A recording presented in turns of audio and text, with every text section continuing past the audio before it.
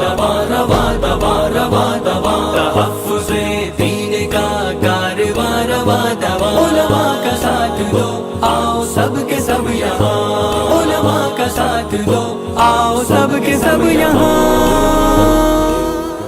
बिस्मिल्लाहिर्रहमानिर्रहीम अल्हम्दुलिल्लाहि रब्बिल आलमीन वल आक़िबतु लिल मुत्तक़ीन वस्सलातु वस्सलामु अला सय्यिदिल अंबियाइ वल मुरसलीन सय्यिदिना व हबीबिना व हबीबि रब्बिल आलमीन मुहम्मदिन व अला आलिहि व अस्हाबिहि व मन हदा बिहदिहि इला यौमिद्दीन। क़ाल अल्लाहु तबारक व तआला फ़ी किताबिहिल मजीद वल फ़ुरक़ानिल हमीद फ़अऊज़ु बिल्लाहि मिनश शैतानिर रजीम बिस्मिल्लाहिर रहमानिर रहीम व मन यअमल मिनस्सालिहाति मिन ज़करिन औ उन्सा व हुवा मुमिनुन फ़लनुहयियन्नहु हयातन तय्यिबा। वक़ाल अन्नबिय्यु सल्लल्लाहु अलैहि वसल्लम खैरु मताइद दुनिया अल-मरअतु स्सालिहा औ कमा क़ाल सल्लल्लाहु अलैहि वसल्लम। बिरादरान इस्लाम, सबसे पहले हम रब्बे करीम का शुक्र अदा करते हैं कि अल्लाह रब्बुल इज़्ज़त ने हम सब को ईमान और इस्लाम जैसी अज़ीम नेमत से मालामाल फरमाया।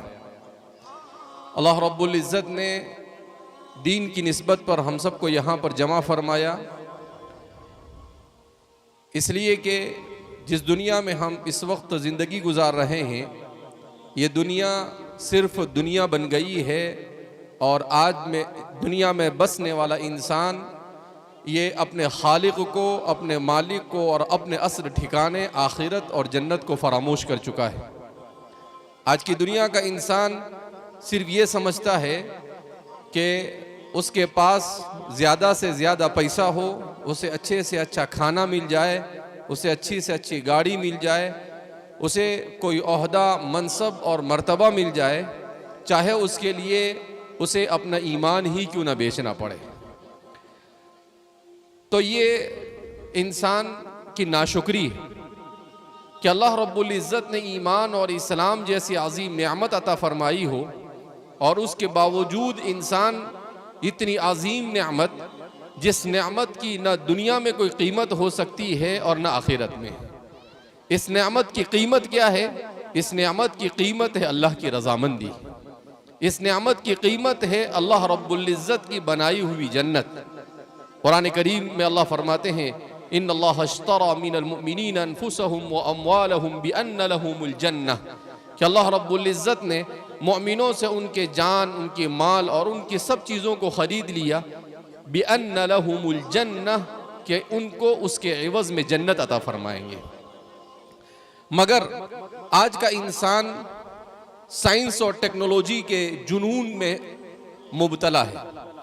वो ये समझता है कि बेहतरीन मोबाइल और उस मोबाइल में आने वाली अच्छी अच्छी क्लिप्स और अच्छी अच्छी वीडियो और अच्छी तस्वीरें, चाहे वो कहने के लिए अच्छी हो और इंसान के ज़हन और दिमाग पर, इंसान के जिस्म पर और इंसान के वजूद पर और इंसान की इंसानियत के ऊपर कितना ही बुरा असर छोड़ती हो, मगर इंसान उसमें ऐसा मगन हो चुका है कि उसे सिवाय उसके कुछ नज़र नहीं आता है। ये एक दर्द है, जिस दर्द को वही महसूस कर सकता है जिसको अल्लाह रब्बुल इज़्ज़त ने ईमान की नेमत अपनी ताजगी के साथ अता फरमाई हो। वरना ऐसा बेहिस इंसान के शायद इंसानी तारीख में आज से ऐसे बेहिस इंसान कभी आया नहीं होगा कि बेहयाई की तमाम के तमाम हुदूद को पामाल किया जा चुका है। औरत ने बेहयाई के हुदूद को पामाल कर दिया, मर्द ने बेहयाई के हुदूद को पामाल कर दिया। बदकारी, बदअखलाकी और बदकिरदारी के तमाम हुदूद जिसका इंसान तसव्वुर भी नहीं कर सकता है, एक छोटी सी वीडियो बनाने के लिए, किसी को हंसाने के लिए, अपना नाम करने के लिए इंसान उसके लिए गिरी पड़ी हर किस्म की हरकत करने के लिए तैयार हो जाता है। रसूलुल्लाह सल्लल्लाहु अलैहि वसल्लम ने ऐसी ही इंसानियत के लिए बयान किया।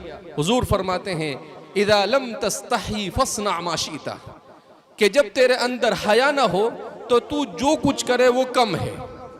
ये आज के मुआशरे की सबसे बड़ी बीमारी है कि आज का मुआशरा ये बेहयाई का शिकार हो चुका है। आज का मुआशरा ये बेहयाई को फैशन समझ रहा है। आज का मुआशरा बेहयाई को अपने लिए एक हसीन और मुज़य्यन चीज समझ रहा है, उसे खूबी समझ रहा है, जबकि बेहयाई से ज्यादा बदतर कोई चीज नहीं हो सकती है। रसूलुल्लाह सल्लल्लाहु अलैहि वसल्लम ने एक सहाबी को देखा कि वो अपने भाई को हया की तालीम दे रहे हैं। कुर्बान जाइए आकाए नामदार अहमद मुस्तफ़ा मोहम्मद मुजतबा सल्लल्लाहु अलैहि वसल्लम की मुक़द्दस ज़ात पर हुजूर ने फरमाया कि भाई तुम उसको हया की तालीम क्यों दे रहे हो? हया तो अल्लाह ने इंसान की फितरत में रखी है। ईमान और हया ये दोनों एक दूसरे के साथ ऐसे जुड़े हुए हैं जैसे कि कोई लाजिम और मलजूम चीज जुड़ी हुई होती है। जैसे सूरज दिन के साथ जुड़ा हुआ है और चांद या रात के साथ जुड़े हुए हैं, बिल्कुल इसी तरीके से ईमान ये हया के साथ जुड़ा हुआ है। मोमिन बेहया नहीं हो सकता है, मोमिन बदअखलाक नहीं हो सकता है। अल्लाह के रसूल सल्लल्लाहु अलैहि वसल्लम जिस दीन को लेकर आए, उस दीन ने ऐसी तालीमात से नवाजा, ऐसी तालीमात से नवाजा। अल्लाहु अकबर। हजरत सहाबा के हया के किस्सों को सुने। अल्लाह के रसूल सल्लल्लाहु अलैहि वसल्लम एक मरतबा एक बाग में तशरीफ फरमा थे। आप सल्लल्लाहु अलैहि वसल्लम वहीं पर तशरीफ फरमाते। हजरत अबू बकर आए, हजरत उमर आए। जब आपको बताया गया कि हजरत उस्मान तशरीफ ला रहे हैं तो रसूलुल्लाह सल्लल्लाहु अलैहि वसल्लम फौरन अपने कपड़ों को दुरुस्त करने लगे और अपने पाँव का कुछ हिस्सा जो नजर आ रहा था उसे ढांपने लगे। रावी कहते हैं मैंने कहा अल्लाह के रसूल सल्लल्लाहु अलैहि वसल्लम ये क्या देख रहा हूं मैं कि आपने जैसे ही सुना कि उस्मान आ रहे हैं, आपने अपने बदन की हर चीज को छुपाना शुरू कर दिया। अल्लाह के रसूल सल्लल्लाहु अलैहि वसल्लम ने कहा उस्मान में इतनी हया है कि फरिश्ते भी उनकी हया के ऊपर रश्क करते हैं। अल्लाहु अकबर।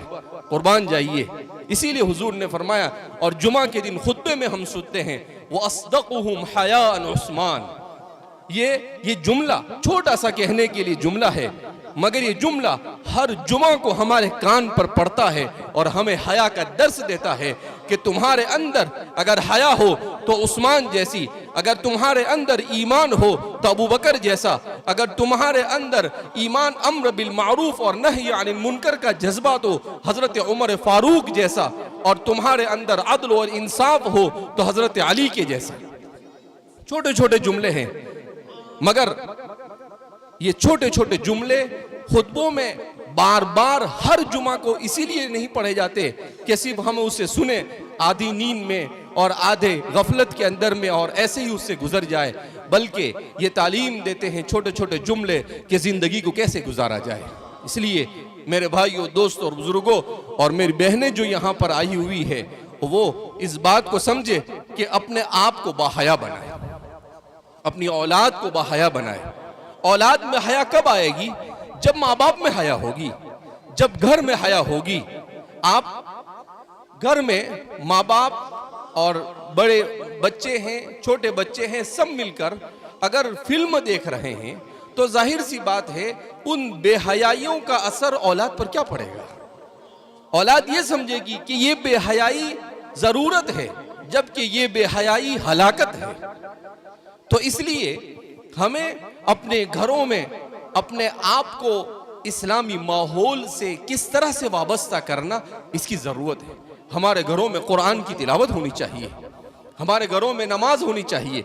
अल्लाह के रसूल सल्लल्लाहु अलैहि वसल्लम ने इरशाद फरमाया कि ला तजअलू बुयूतकुम मकाबिरा, कि अपने घरों को कब्रिस्तान मत बनाओ। सहाबा ने पूछा अल्लाह के रसूल सल्लल्लाहु अलैहि वसल्लम घरों को कब्रिस्तान न बनाने का क्या मतलब? हुजूर ने फरमाया कि अपने घरों में कुरान की तिलावत करो, अपने घरों में नमाज अदा करो। हजरत सहाबा का और सलफ सालिहीन का मामूल ये था कि फर्ज नमाज कहाँ पढ़ते थे? मस्जिद में, मगर सुन्नतों को कहाँ पर अदा करते थे? अपने घरों में अदा किया करते थे, ताकि हुजूर की सुन्नत पर अमल हो। ला तजअलू बुयूतकुम मकाबिरा। आज हम लोग मस्जिद में फर्ज नमाज पढ़ने के लिए नहीं जाते हैं तो घर में सुन्नत क्या पढ़ेंगे? ये किस किस्म के मुसलमान है जिसने इन्न मिन अहम्मि उमूरिकुम अस्सलाह से मुंह मोड़ रखा है, जिसे ये पता नहीं कि नमाज कैसे पढ़ी जाती है, जिसे ये पता नहीं है कि कुरान कैसे पढ़ा जाता है, जिसे ये मालूम नहीं है कि शरीयत क्या है, जिसे ये मालूम नहीं है कि अकीदा क्या है, जिसे ये मालूम नहीं है कि एक मुसलमान को किस तरह से जिंदगी गुजारनी चाहिए।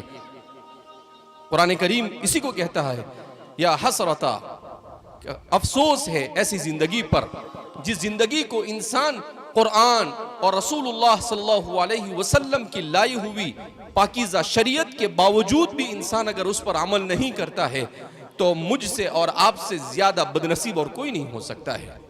इसलिए अल्लाह रब्बुल इज्जत ने ऐसे पुरफितन दौर में भी मदारिस को खड़ा किया, मकातिब को खड़ा किया, दावत व तबलीग को खड़ा किया और मुख्तलिफ फिक्रों को लेकर लोगों को खड़ा किया।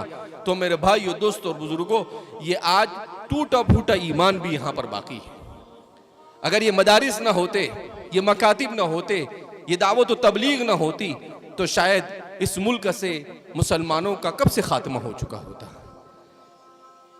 आज भी अगर हमने अपने इन मदारिस की तरफ, मकातिब की तरफ तवज्जो नहीं दी तो हकीमुल उम्मत मुजद्दिद मिल्लत हज़रत थानवी रहमतुल्लाहि अलैह का एक अजीब मलफूज अभी कुछ दिनों पहले मैंने पढ़ा, इससे पहले भी पढ़ा था। हजरत ने कहा कि आज का मुसलमान 70-80 साल पहले हजरत ने कहा, बल्कि तकरीबन 100 साल पहले का, आज का मुसलमान ये उलमा को बेवकाती की निगाह से देखता है और ये मदारिस को ऐसा समझता है कि इसकी कोई जरूरत नहीं। कहा आपने कि ए मुसलमानों, कान खोलकर सुन लो, अगर तुम चाहते हो कि उलमा अपना काम करें और मदारिस की जरूरत नहीं तो कोई बात नहीं, छोड़ दो। ये उलमा जैसे तुम कमा कर खाते हो ये भी कमा कर खा लेंगे, मगर ये कान खोल कर सुन लो, ये मदारिस और मकातिब और ये हमारे दावत के काम बाकी नहीं रहे तो कहा कि तुम्हारी आइंदा नस्ल आधी यहूदी होगी और आधी नसरानी होगी। कहा तुम्हारे ईमान का कोई संभलने वाला नहीं होगा, तुम्हें इस्लाम पर कोई साबित कदम रखने वाला नहीं होगा और फिर तुम या तो यहूदी बनकर मरो या नसरानी बनकर मरो या तुम काफिर और मुशरिक बनकर पड़ो, आपको उसकी कोई परवाह नहीं। इसलिए उम्मत को ये बात अपने जहन और दिमाग में बिठाने की जरूरत है कि इन मदारिस का ताउन कर कर, इन मदारिस और उलमा से मोहब्बत कर कर आप एहसान नहीं कर रहे हैं, बल्कि अल्लाह रब्बुल इज्जत का एहसान है कि अल्लाह ने आपके यहाँ पर ये उलमा और ये मदारिस रखे। जहाँ पर उलमा नहीं, जहाँ मदारिस नहीं है, वहाँ पर आप जाकर देखिए, इस मुसलमानों का मुल्क है, 90-95% मुसलमान, मगर वहाँ उलमा नहीं तो उनकी जिंदगियों में मुसलमान होने के बावजूद दीन नहीं।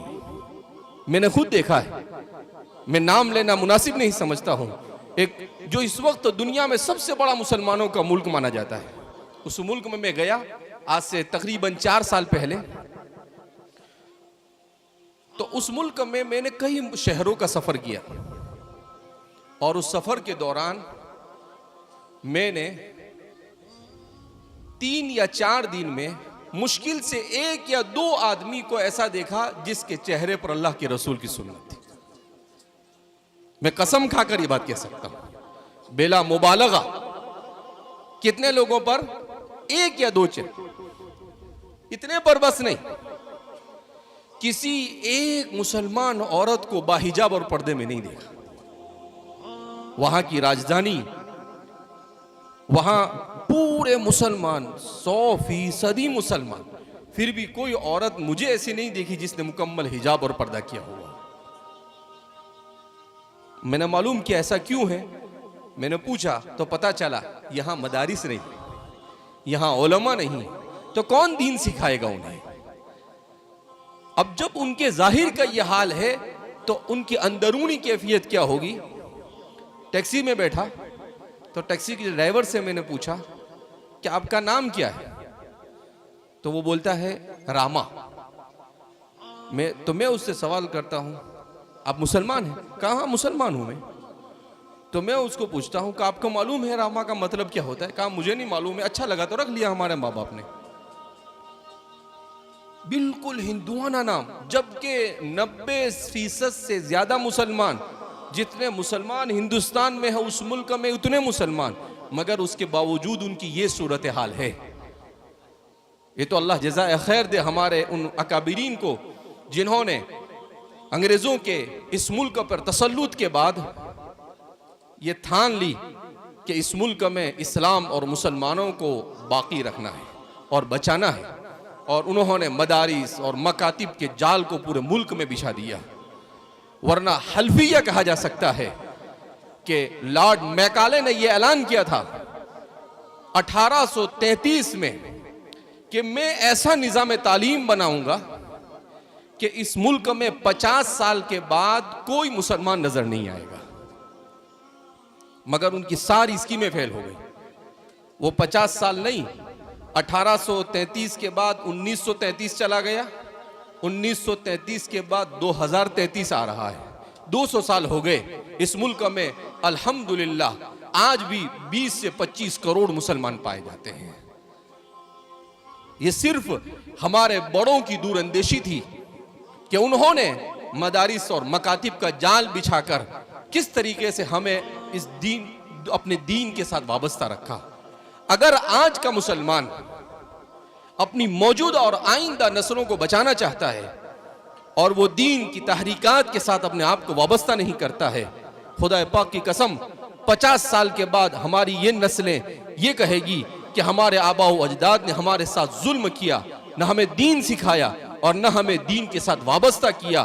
कल क़यामत के दिन भी हमें अल्लाह के सामने जवाब देना पड़ेगा।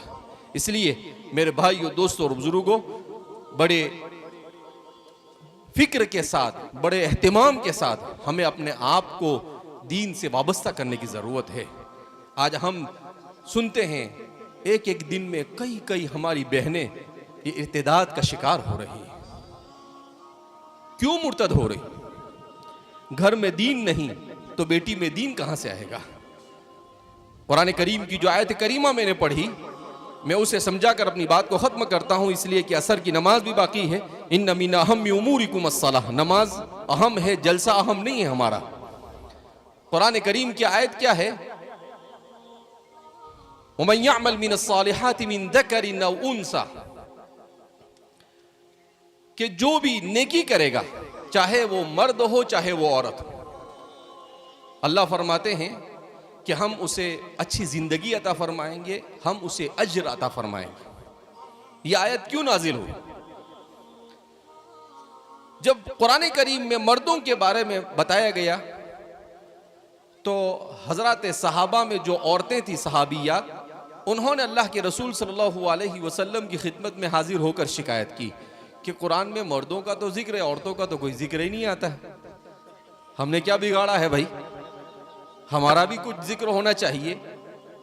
हमें अल्लाह ने औरत बनाया है, इसका मतलब ये थोड़ी कि हमें बिल्कुल किनारा कर दिया जाए। तो ये आयत करीमा नाजिल हुई। अल्लाह ने कहा कि कुरान में जिक्र का होना न होना ये मकसूद नहीं है, हर जगह जिक्र पाया जाएगा। अभी तो कुरान नाजिल हो रहा था उस वक्त, तो इसलिए कहा कि असल ये है कि अल्लाह क़यामत के दिन नेकी पर आपको अज्र देगा और दुनिया में भी आपको अच्छी जिंदगी देगा। उसमें अल्लाह मर्द और औरत को नहीं देखता है। अल्लाह जब अज्र देने पर आएगा, नमाज का अज्र देना, तो अल्लाह ये नहीं देगा कि ये मर्द है इसलिए इसको ज्यादा सवाब दो और ये औरत है इसलिए इसको कम दो, बल्कि कुर्बान जाइए अल्लाह के रसूल सल्लल्लाहु अलैहि वसल्लम पर कि औरत अगर नमाज की पाबंद है तो वो अपने अय्याम में नमाज नहीं पढ़ती है, तब भी उसको नमाज पढ़ने का सवाब मिलेगा, जबकि उसको उसकी कज़ा करनी नहीं है। तो औरतों के लिए तो सहूलतें दी और उन सहूलतों के साथ भी मुकम्मल तौर पर अल्लाह रब्बुल इज़्ज़त ने सवाब का वादा किया है। तो इसलिए दुनिया में जो लोग ये कहते हैं कि इस्लाम ने औरतों के साथ जुल्म किया है, इस्लाम ने औरतों के साथ जितना इंसाफ किया है, दुनिया की किसी तहजीब और तमद्दुन और किसी मजहब ने औरतों के साथ इतना इंसाफ नहीं किया है। हर जाविये से इस्लाम ने औरतों पर जो इनामात और इकरामात किए हैं, उसकी नज़ीर दुनिया की तारीख में आपको कहीं नहीं मिल सकती है। लिहाजा हमारी औरतें या अपने बच्चों, मर्द और औरत, अल्लाह ने दोनों को अलग अलग जिम्मेदारी के लिए बनाया। मर्दों को अल्लाह ने क्यों बनाया? इसलिए बनाया ताकि वो हलाल कमा कर अपने बीवी बच्चों के नफ़क़े यानी उनके खाने पीने और रहने की जिम्मेदारी को संभाले। और औरत को क्यों बनाया कि मर्द कमाने के लिए बाहर जा रहा है तो औरत अपने घर में बैठकर अपने बच्चों की सही तरबियत करे, जिसको हम ये कह सकते हैं कि मर्द ये वजीर खारजा है और औरत ये वजीर दाखिला है, ये होम मिनिस्टर है। अल्लाह ने उसको इसलिए बनाया था कि अपनी औलाद की सही तरबियत करे। इसीलिए एक मुस्तशरिक कहता है कि अगर किसी मुआशरे को तबाह और बर्बाद करना है तो आप 3 काम करो, वो मुआशरा खुद ब खुद तबाह और बर्बाद हो जाएगा। कहा वो क्या काम है? कहा एक काम ये करो आप कि उस मुआशरे में तालीम के निज़ाम को बिगाड़ दो। आज हमारे हिंदुस्तान का तालीमी निज़ाम बिगड़ा हुआ है, चोरी चपाटी कर कर कैसे भी करके आदमी पास हो जाता है। कहा जिस मुआशरे में तालीमी निज़ाम खराब होगा उस मुआशरे के अंदर में बुराइयां आम हो जाएगी। जिस मुआशरे में औरत को घर से मुरब्बिया होने से निकाल कर उसे मार्केट में लाकर खड़ा कर दिया जाएगा, उस मुआशरे से हया खत्म हो जाएगी। एक अंग्रेज कह रहा है, कौन कह रहा है? दुश्मन कह रहा है हमारा, और वो कहता है कि उलमा की अजमत को दिलों से निकाल दो तो लोग खुद ब खुद दीन से दूर हो जाएंगे। कहा किसी मुआशरे को तबाह करने के लिए आज के जमाने में आपको बमबारी की जरूरत नहीं। कहा ये 3 काम कर लो, खुद ब खुद वो मुआशरा तबाही की तरफ क्या होता चलेगा? बढ़ता चला जाएगा। तो इस बात को समझना चाहिए हमें, और मुकम्मल तौर पर पूरी बसीरत के साथ, पूरे होश और हवाश के साथ अपने जज्बात पर कंट्रोल करते हुए अपने दीन पर, अपने आप को, अपने घर वालों को, अपनी नस्लों को किस तरह से अपने दीन पर बाकी रखा जाए उसकी हमें फिक्र करनी होगी। अल्लाह रब्बुल इज़्ज़त हम सबको दीन इस्लाम पर इस्तिकामत नसीब फरमाए, हमें अपनी औलाद की इस्लामी तरबियत करने की तौफीक मरहमत फरमाए, हर किस्म के फितनों से अल्लाह हमारी हिफाजत फरमाए। और अल्लाह रब्बुल इज़्ज़त जिन अहबाब ने यहाँ पर मेहनतें की है उनकी मेहनतों को कबूल फरमाए। अल्लाह रब्बुल इज़्ज़त अपने रज़ा वाले अमाल की तौफीक